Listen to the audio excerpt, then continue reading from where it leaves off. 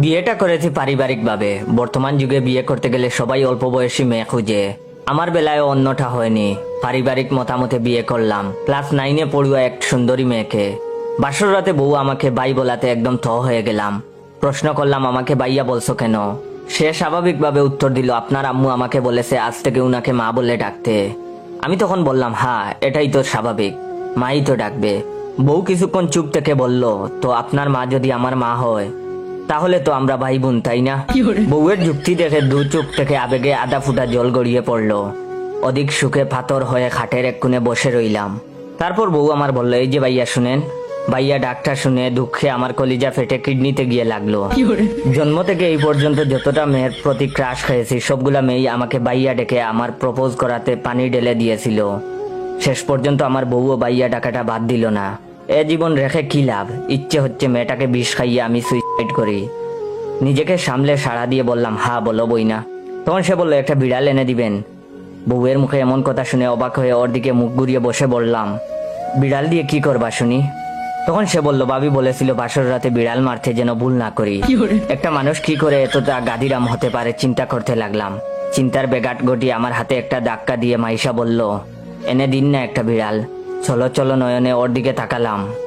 মেয়েটার চেহারা বেশ মনোমুগ্ধকর, মায়া মায়া ভাব আছে, কিন্তু মাথায় যে গিলু বলতে কিছু নেই, সেটা আমার আর বুঝার বাকি রইল না। বললাম, আচ্ছা ঠিক আছে, কালকে বাজার থেকে একটা বিড়ালের বাচ্চা এনে দিব তোমাকে। তখন সে বলল, কিন্তু বাবি তো বলল প্রথম রাতে বিড়াল মারতে। তখন আমি রেগে গিয়ে বললাম, তো বাবির বাড়ি থেকে একটা বিড়াল নিয়ে আসলেই পারতা। আমার মতো সাদাসিধে ছেলেটার সাথে কেন এমন করছো? বউ চুপচাপ শুয়ে পড়লো বিছানায়। বউয়ের কার্যকলাপ দেখে মনে হচ্ছে আজও আমাকে বেচেলারদের মতো রাত কাটাতে হবে। সব ইচ্ছে মনের মধ্যে দামাচাপা দিয়ে মাঝখানে একটা কুলবালিশ দিয়ে আমিও শুয়ে পড়লাম। মাঝরাতে বউ আমাদের মাঝের কুলবালিশটা সরিয়ে আমাকে জড়িয়ে ধরে বলল, ভাইয়া আমার না খুব ভয় লাগছে। আমি কথা না বাড়িয়ে ওর কানের কাছে মুখ নিয়ে বললাম, মাঝরাতে এখানে ভূত আসে, আলাদা কাউকে দেখলেই জাপটে ধরে, ভালো করে জড়িয়ে ধরো আমাকে। আহ, কি রোমান্টিক অনুভূতি। মনে হচ্ছে এই বুঝি ব্যাচেলর লাইফটা কেটে গেল আমার। বউয়ের মুখে বাইয়া ডাক শুনতে শুনতে কান আমার জ্বালাপালা। ছুটি থাকা সত্ত্বেও বেরিয়ে গেলাম অফিসের উদ্দেশ্যে। কিছুক্ষণ পর পর মাইশা আমাকে কল দিচ্ছে। রিসিভ করতেই বলছে, ওয়েট, ভিডিওটা শেষ করার আগে আপনাদের কাছ থেকে একটু সময় নিচ্ছি। অবশ্যই আমার অরিজিনাল পেজ ইওর জয়টাকে ফলো দিয়ে রাখবেন। আর ভিডিওটা শেষ পর্যন্ত দেখার পর যদি ভালো লাগে অবশ্যই শেয়ার করবেন। আর রিয়েক্ট দিতে কখনো ভুলবেন না। ধন্যবাদ। ফোন ধরতেই বলছে, বাসায় কখন আসবেন ভাইয়া? বাসায় ফেরার পথে বিড়াল আনতে ভুলবেন না কিন্তু।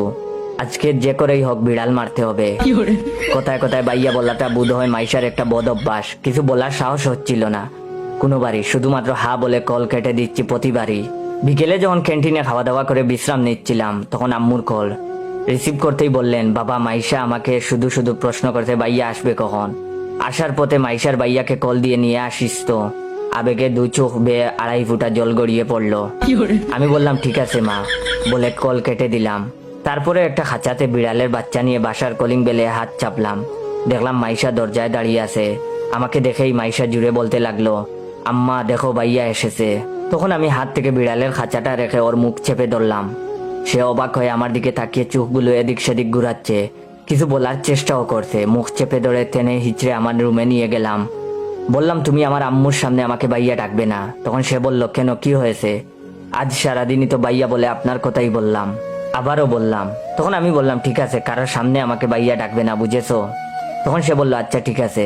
শান্তভাবে আমার পাশে মাইশা বসে বিড়ালটা নিয়ে খেলা করছে। কিছুক্ষণ পর মাইশা বলল, বিড়ালটা খুব কিউট, এটাকে আমি আর মারবো না, আদর করব। আমি আর কিছু বললাম না। প্রথমবার যখন শ্বশুর বাড়িতে গেলাম লক্ষ্য করলাম বাবির সাথে বসে মাইশা কি যেন গুজুর গুজুর করছে। আড়ি পেতে শোনার চেষ্টা করলাম। তখন বুঝলাম বাবি বলছে, কিরে বিড়াল মারলি? মাইশা উত্তর দিল, উনি বিড়াল কিনে এনে দিয়েছিলেন, কিন্তু বিড়ালের বাচ্চাটা দেখে খুব মায়া হলো, তাই এটাকে বাসাতেই রেখে দিয়েছি। দুঃখে আমার মরে যেতে ইচ্ছে হলো। লক্ষ্য করলাম বাবি মিটি মিটি হাসছে। অল্প কিছুদিনের মধ্যে আমাদের সম্পর্ক খুব ঘনিষ্ঠতায় পৌঁছালো, কিন্তু মাইশার মুখের বাইয়া ডাকটা সরাতে পারলাম না আর। যাই হোক, ব্যাচেলর লাইফ থেকে তো মুক্তি পেলাম। তবে মেয়েটা আমায় ছাড়া কিছু বুঝে না, কিন্তু সবসময় পিছু পড়েই থাকে। বিয়ের 5 মাস যেতেই লক্ষ্য করলাম মাইশা ঘন ঘন বমি করছে। আম্মুও কেমন জানি দুষ্টামির নজরে আমার দিকে তাকায়। বেশ হাসি খুশি পরিবারের সবাই। কিন্তু কেমন জানি সবাই এড়িয়ে চলছে আমাকে। রাত হতে মাইশাকে জড়িয়ে ধরে জিজ্ঞেস করলাম, আচ্ছা সবাই আমাকে এভাবে এড়িয়ে চলছে কেন? বিশ্বাস করেন ভাই, এরপর যা শুনলাম আমি তার জন্য মুঠেও প্রস্তুত ছিলাম না। মাইশা মিটিমিটি হাসলো, আমার বুকে মুখ লুকালো। ওয়েট, ভিডিওটা শেষ করার আগে আবারও আপনাদের কাছ থেকে সময় নিচ্ছি। দয়া করে অবশ্যই আমার অরিজিনাল পেজ ইওর জয়টাকে ফলো দিয়ে রাখবেন। এটাই হচ্ছে আমার অরিজিনাল পেজ। আগে আমি ভিডিও টিকটকে আপলোড দিতাম, ওইগুলা মানুষে ডাউনলোড করে নিজের পেজে আপলোড দিত, যার কারণে আপনারা এতদিন অরিজিনাল পেজ পান নাই। এখন আমি ফেসবুকে অ্যাক্টিভ হয়েছি, এখন থেকে রেগুলার পেজে আপলোড দিব। তাই সবাইকে বলতেছি, দয়া করে আমার অরিজিনাল পেজটাকে ফলো দিয়ে রাখবেন।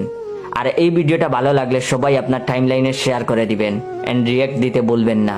মাইশা মিটিমিটি হাসলো, আমার বুকে মুখ লুকালো, আস্তে করে বলল, ভাইয়া আপনি মামা হতে চলেছেন। Oh, no, no, no, no.